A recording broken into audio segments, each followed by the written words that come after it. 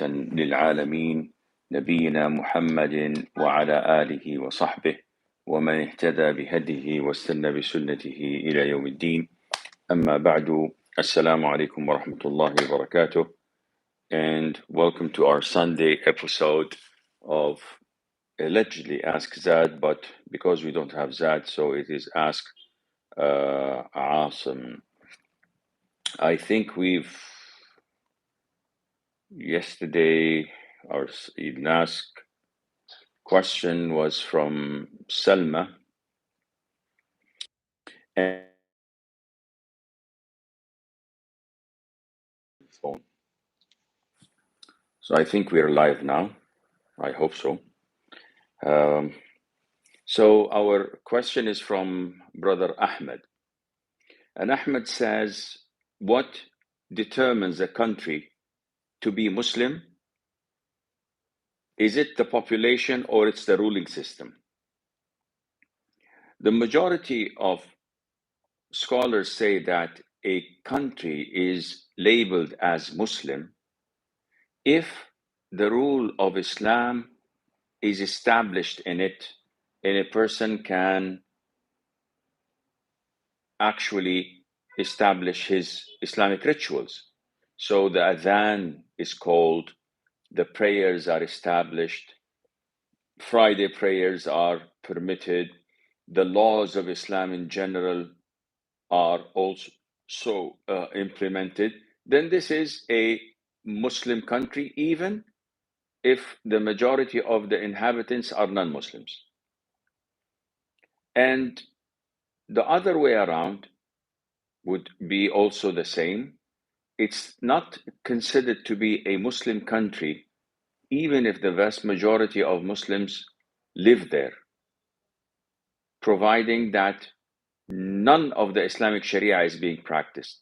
So they're not permitted to raise the adhan or to conduct Jum'ah or Eid.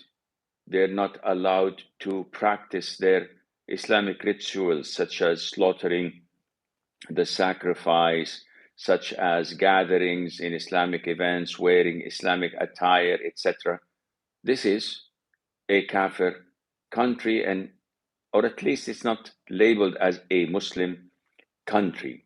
However, this question bears in it a lot of question marks.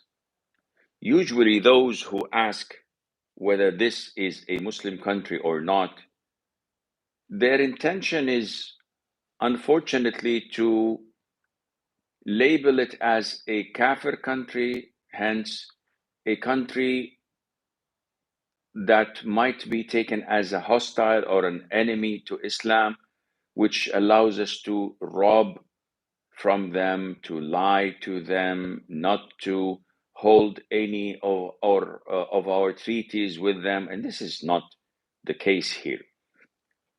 When we say that it's a Muslim country or non-Muslim country, we refer to the possibility of living there. What use is it for you to live in a vastly populated country by Muslims if Islamic law is not established and if the Sharia law is not being practiced?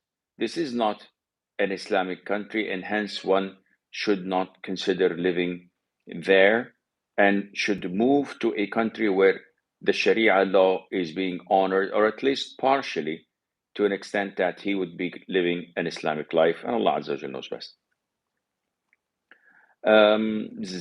Zaid says, I know that we denounce evil with hand, speech, or tongue, but sometimes when I go to a shop, like a meat shop, there I have to wait for my turn to come, but most of the time someone starts backbiting, listening to music, doing something haram, etc. And because of weak faith, I cannot tell them anything. So what am I to do? Leave that place or sitting there hating in my heart?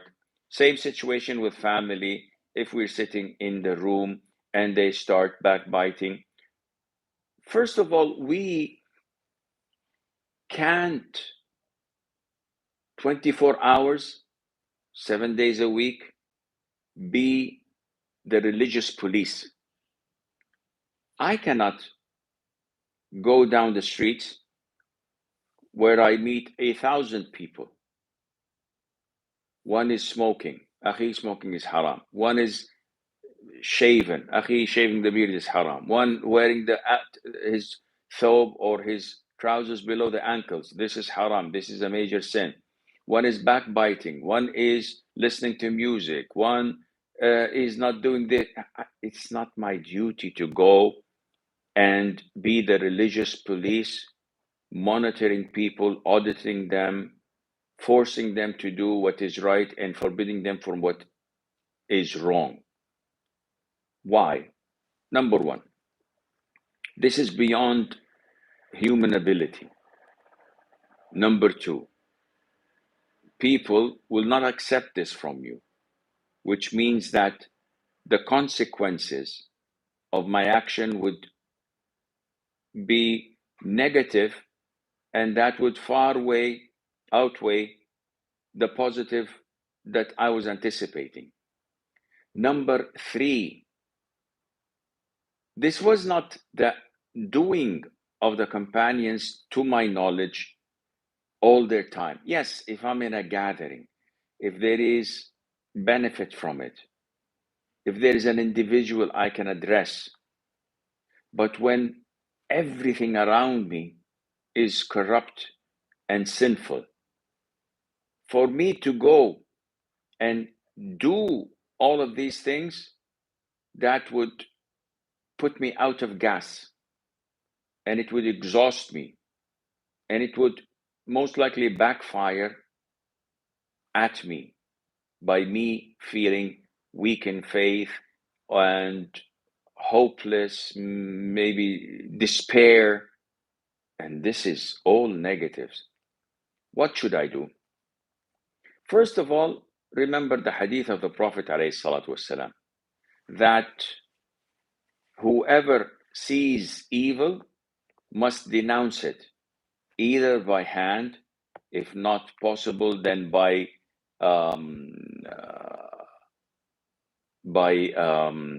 tongue, rhetoric, if not possible, then by heart.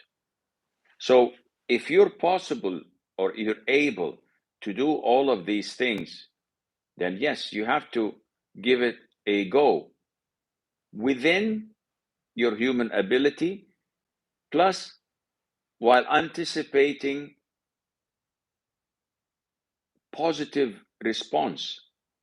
So if I'm with someone in a room and there is 2 or 3 other people, probably it's a suitable environment for me to open a topic with him. Maybe first break the ice, then choose and select something that might be beneficial by talking something remotely not related, and then bring the topic at hand. But to just fire at him and say, Akhi, your beard, you're smoking, your thobe, and it seems that you don't pray in the masjid, and Wallahu a'lam, I think you deal in riba. So fear Allah Azza wa Jal. He would not take anything from me. He would not accept anything from me. Not only that, he would label anyone with a beard like myself to be extremist, and he will keep his distance from, because such people are rude and offensive. This is not the right way of giving da'wah. One has to be diplomatic, has to be wise, and has to give fair preaching and know when to speak and when not to speak, and Allah Azza wa Jal knows best. A question from Rishma. Is it permissible to not add the father's name after the child's name? Can we keep only one name and not add father's name, or is this prohibited? This is not prohibited. A lot of the people are known by their family name. So I'm known as Asim, family name Al-Hakeem. My father's name is not mentioned. People are known as Ahmed Khan, or this or that. There's nothing wrong in that. The norm is to be called after your father. So my name is Asim bin Luqman al-Hakim. Ibn Luqman. My father's name is Luqman. So if I mention him, I would say Ibn Luqman. If I skip my father's name, I just go for the family name Al-Hakim. There's nothing wrong in that, inshallah azza wa jal. What is wrong is to attribute the individual to someone who's not his father. So we say that Asim is the son of Ahmed. Who's Ahmed? It's a new name. No, this is totally prohibited. And it's a major sin. And the one who does this is cursed. Or to attribute him to another tribe. Asim al-Utaybi. But I'm not related to that tribe. Then this is also cursed and prohibited and not permissible. Sonia says, is it permissible for me to complain about my in-laws in front of my mother or about a fight that we had with our friends or relatives, or is this considered as backbiting? What's the definition of backbiting? Sonia, backbiting is to mention something that the other party, which is not present, would hate if they were to know that you're mentioning their name. So let's assume Brother Ahmed, he's not with us. And I'm talking to you and I say, Akhi, do you believe that Ahmed steals money from the cafeteria? Or do you believe that Ahmed cursed me and said very vulgar words to me? And if Ahmed were to hear this, he would be upset. So this is backbiting. Even if this that I'm saying is true. Ahmed is short, he's really tiny. Ahmed is fat, Ahmed is stupid, his IQ is low. All of this is true, yet because that individual does not approve of people talking behind his back in such a way, this is backbiting. Now, there is a difference between this and someone who's oppressed. لا يحب الله الجهر بالسوء من القول إلا من ظلم. Allah does not like people to publicly announce something that's evil unless for those who were oppressed. So if your mother-in-law oppressed you and she shouted at you and said bad things about you and your family and that you are a fat cow and you don't work, and she has no right to say these things to you. If you go back to your mom's house or to your family and say to them, do you believe that my mother-in-law said so and so and so and so about me? She's an oppressor. You can't say these things about her because she transgressed, she wronged you, and she said these things, awful things, that you're entitled to avenge yourself by saying these things behind her back. But if it is a dispute, she didn't do anything, you did something wrong, she replied to you, so both of you were in the wrong, it's unfair, like so many people do. They come and complain. Sheikh Asim, my husband did this and this and this and this and this. Okay, this is counseling. This is not backbiting. But they do not say their side of their part in the story. So he shouted at me, he almost hit me, he threw me against the wall, he never pays back his dues, he never stays with me. Okay, why don't you say your side of the story? Because it's human nature. Always want to portray themselves as the victim and never say that, yeah, I used to turn off the lights and the air conditioning in the middle of the day, or when he was asleep, and take off his glasses and break his mobile and nag his head off. That's why he did what he had done. And I'm not taking sides, but people have to be fair in order to reach a conclusion. Therefore, if there is such a dispute, it's not permissible for you to go and backbite people because there is a dispute. There's no transgression. And you have to be wise. Now, when you're angry with your in-laws and you go and tell your mom, next week maybe they'll make up things and give you a present and please you and apologize. You will forgive them, most likely. Your mom will never forgive them till the day of judgment for the hurt they had caused you. So you have to be really careful in choosing what to tell your parents and in your family about your in-laws so that you would not cause more harm. This question is about virtual currency.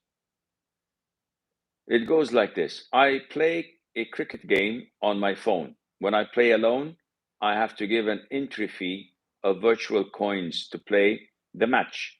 Suppose I spend 50 in the game coins, and after winning a match, I receive 100 coins. Is this gambling since I'm playing alone and it's virtual currency? I don't like commenting on games simply because it involves a lot of haram and people are so involved in it.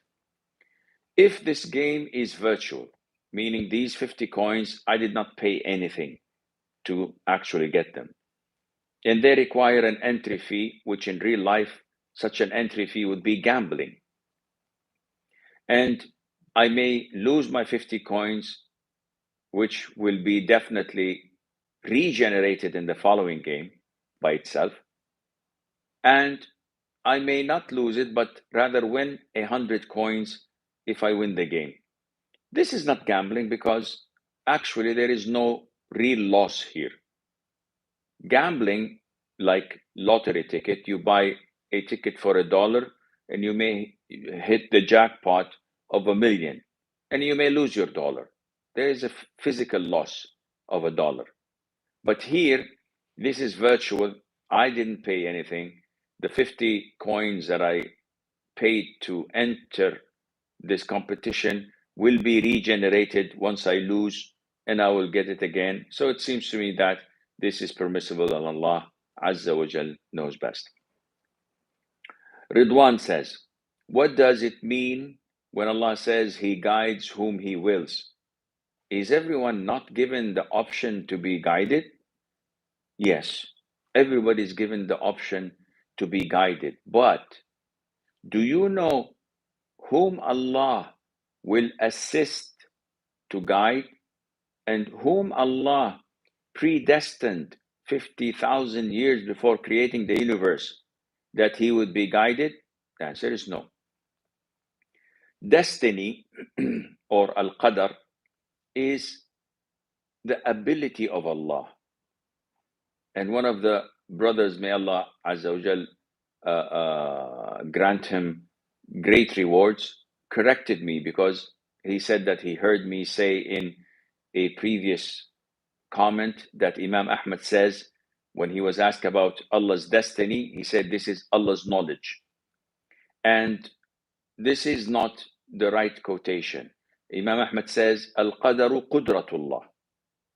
Al-qadar, destiny, is the ability of Allah Azza wa Jal of knowing what will happen, of making it happen, willing it to happen, and creating it. So all of this is part of destiny. And you cannot say that I can guide myself because you can't. No one can guide himself. Guidance is in the hands of Allah Azza wa Jal, which literally means He, the Almighty, guides whom He wills and misguides whom He wills. Is this possible? Of course. Aren't we all his creation? Yes. Aren't we all his possession? Yes. Isn't he allowed to do whatever he wants? Yes. If he were to gather the whole universe and toss them all in hell, the righteous and the sinners, would anyone be able to object to that? No. Don't they all belong to him and he has the freedom to do whatever he wishes? Yes. So Allah Azza wa Jal created us. Allah owns us, possesses us. But we know for certain that he's fair, he's just, he's knowledgeable, he's wealthy and capable. So when we know these factors, along with the fact that he is the owner and the creator of us, then we feel safe and content. Allah showed us the way, whether to go right or left. And he told us if you go right, you'll be guided. If you go left, you will be misguided. And he made things easy for us. So if we were to choose to go right, Allah will guide us and will to guide us. And if we choose to go left, Allah would misguide us and help us to be misguided. Because it is our choice, we took it with our own free will. Does Allah know what we will choose? Yes. Then why? And how could that be free will? It is free will. I chose. Him knowing what I'll choose and him supporting me in my choice has nothing to do with my choice. So we have to understand this concept that Allah does what he wills. It is no one can be guided without his guidance. And that he is fair and just and knowledgeable, and Allah Azza wa Jal knows best. A sister says, what does Islam say if somebody intentionally avoids to get pregnant just because of fear of poverty, because they are not rich and going through hard and tough times? This is a sign of lack of Iman. When people have strong Iman, they believe that Allah the Almighty is the provider. I came from my mom's womb, deaf, blind, unable to speak, unable to do anything to help myself. Allah made me grow up, provided me with food, provided me with provision until I came the man I am. What makes me think that it's me who's taking care of my children and hence I have to stop bearing them until I'm financially stable? This is a sign of lack of Iman.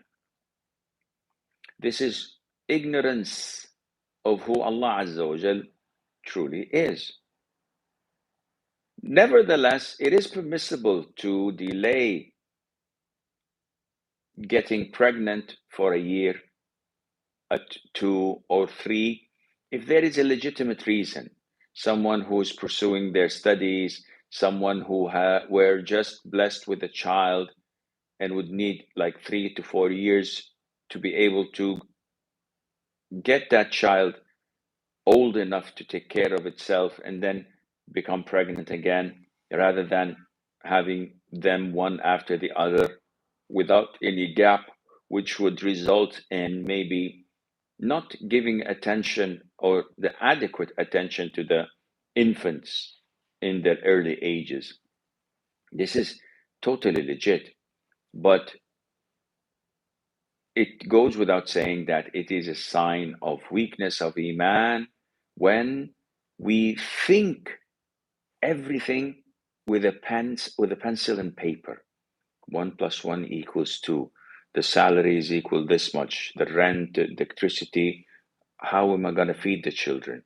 No, I'd rather keep 3 children and not have any more for another 20 years until I'm able to build a house or establish a career or something. This is a sign of lack of iman. If you believe that Allah is the Razzaq, is the provider, then you should believe that no matter how many times your wife or wives get pregnant, how many children you have, rizq comes with them. It's not you, it's He is the one who provides for you, and Allah Azza wa Jal knows best. Zaki says, is Indo-Pak script of the Quran permissible to use?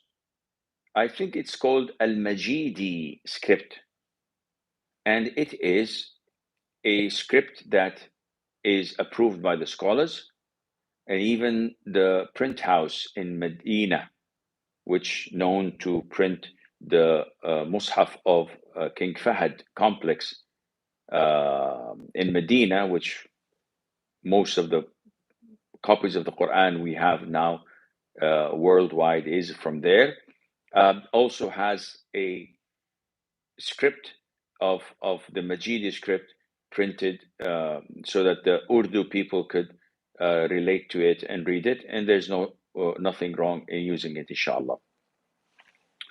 And we have question: can a person ask his wife to talk less on phone with her brothers and sisters, like once a week, if he feels that she's talking a lot with them? This is a little bit weird. And I may take some time to expand upon this. The relationship between a man and his wife is not based on Simon Says. It's based on mutual understanding, on respect, on knowing who's the pilot that commands a plane and who's the co-pilot, who also assists in commanding the plane and flying it, but takes orders from the captain. Why do I say this? So many times in counseling, I get sisters complaining after 20 or maybe 25 years of marriage of so many heinous things that they want out of, and they don't know how to get out of it. And when you listen to them, from the very beginning, you say, well, that was wrong. She says, yeah, I know, but I obeyed him. And he ordered me to do this and that. And I said, that's wrong too. And he told me not to speak, not to go, not to do, not to. And all of these things are not human, not normal. Yet she obeyed him in every single thing. And now she's suffocating. She can't take it anymore. But he, after all these years, is used to total obedience. So what is to be done? We have to acknowledge that there is something that must be understood.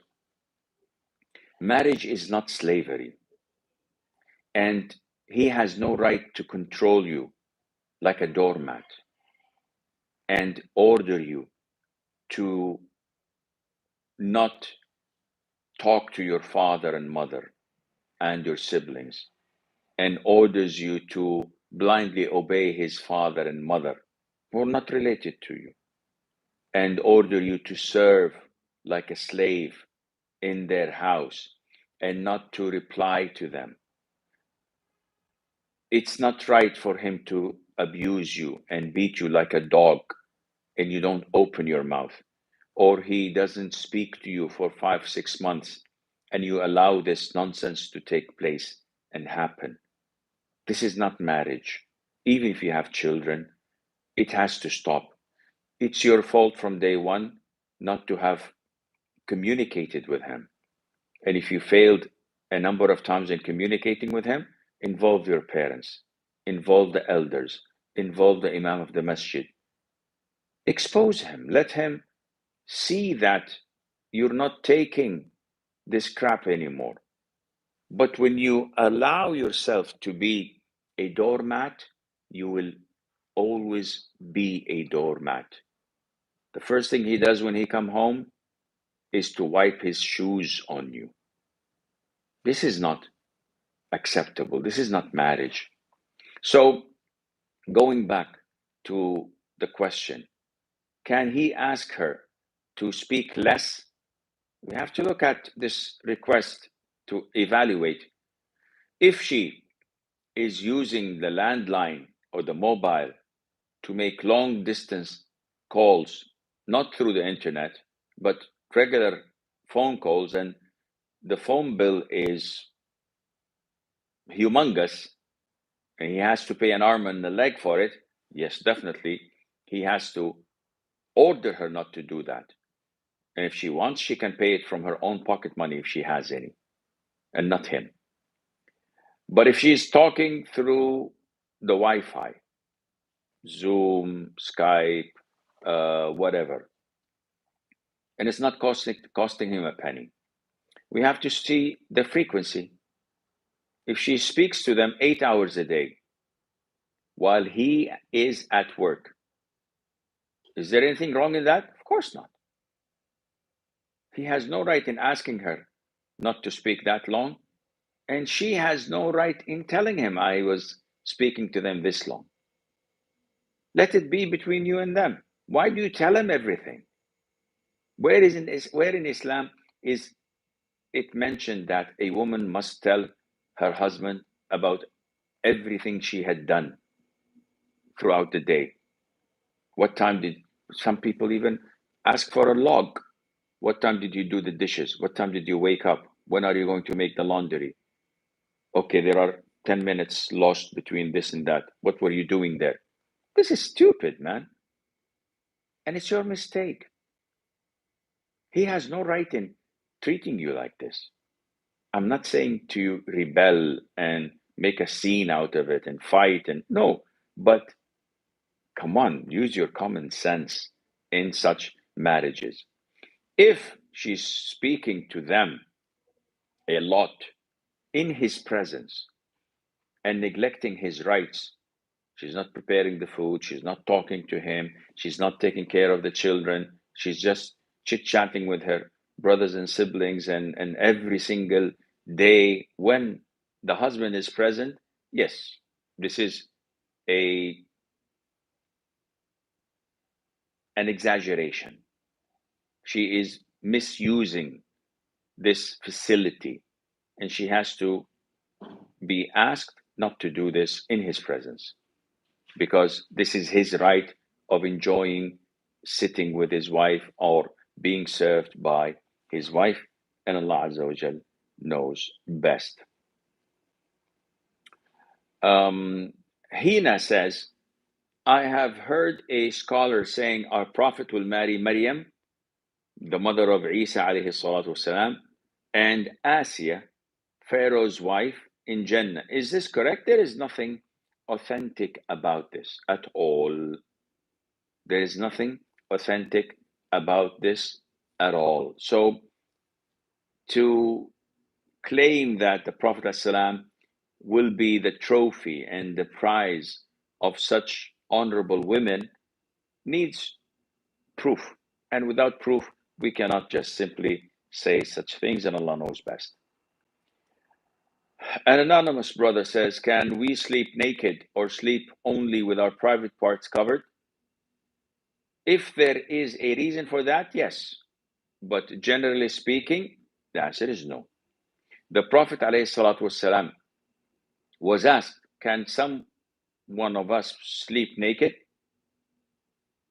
And the Prophet ﷺ gave them the parable, the comparison of being bashful and shy from Allah's looking at them and from the angels around them looking at them. So it is part of bashfulness. Yes, there's nobody watching. If there is a legitimate reason, such as a man sleeping with his wife, There's no problem in that at all. But if he's sleeping alone and everything is fine, why would he sleep naked? Yes, he would loosen up a little bit, maybe sleep in his boxers. There's no problem in that. If it's hot and humid and he needs to get rid of his clothes and the room is private and locked, yeah, this seems a legitimate reason. But simply to lie down naked without any reason, that is inappropriate, and Allah knows best. Iman says, what's the ruling on making paper animals? I mean, origami. If I understand this correctly, origami is a form of art where they bring folded papers and they cut it with scissors in a certain fashion, and then when they open it, it gives the portrait of a person or an animal or a tree or a form of art. So what's the ruling on that? If it is a living creature such as a human being, an animal, a fish, a bird, these living creatures that have a soul must not be portrayed, drawn, or sculptured. So if this origami is a sculpture that has the 3D shape of an animal, this is totally prohibited, even if there were no facial features. But if it's a 2D, it's a one side, it's like one paper, not a statue or a structure without any facial features, this seems to be permissible, inshallah azza wa jal. Barira says, what's the ruling on making or drawing stickman? I don't know what is a stickman, unless, as the name indicates, it's a circle and a line and a hand and a line and arms. So like the hangman or something like that we used to do when we were young. This is permissible because there are no facial features and it's 2D, and Allah knows best. Yusuf says, what does Islam say about aliens? Nothing. Islam does not deny their existence and it does not approve their existence. So we don't know if they exist or not. And Islam does not speak about them. Hence, we shouldn't speak about them either. And Allah Azza wa Jal knows best. Aziz says, I live in Germany and there is only one masjid in our town, which is very far from my house. Is it obligatory for me to pray Friday prayer there, or can I pray Dhuhr at home?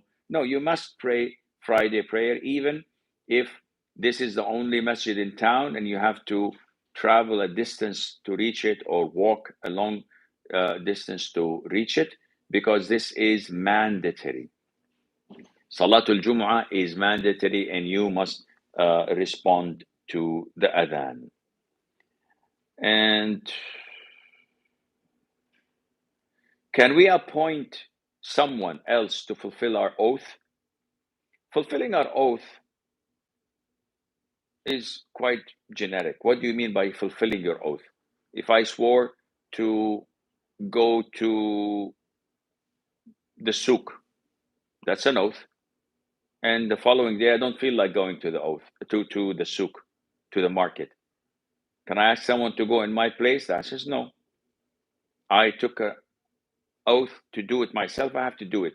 If this is what is meant, because you cannot deputize someone. If you said, I will go. But if you said, for example, I will send food to that family tomorrow, and you took an oath. Tomorrow comes, you appoint someone, you authorize someone to go and give them food. This is okay. But if you're hinting to expiating the oath, as I would imagine you're doing, so someone made an oath to go tomorrow to the market and change his mind, he has to expiate his oath by feeding 10 poor people or clothing them. Can I ask someone to do this on my behalf? The answer is yes. I don't have the money. My father, can you feed 10 people on my behalf for breaking my oath? And my father says yes. There's no problem in that, and Allah Azza wa Jal knows best. Question number 6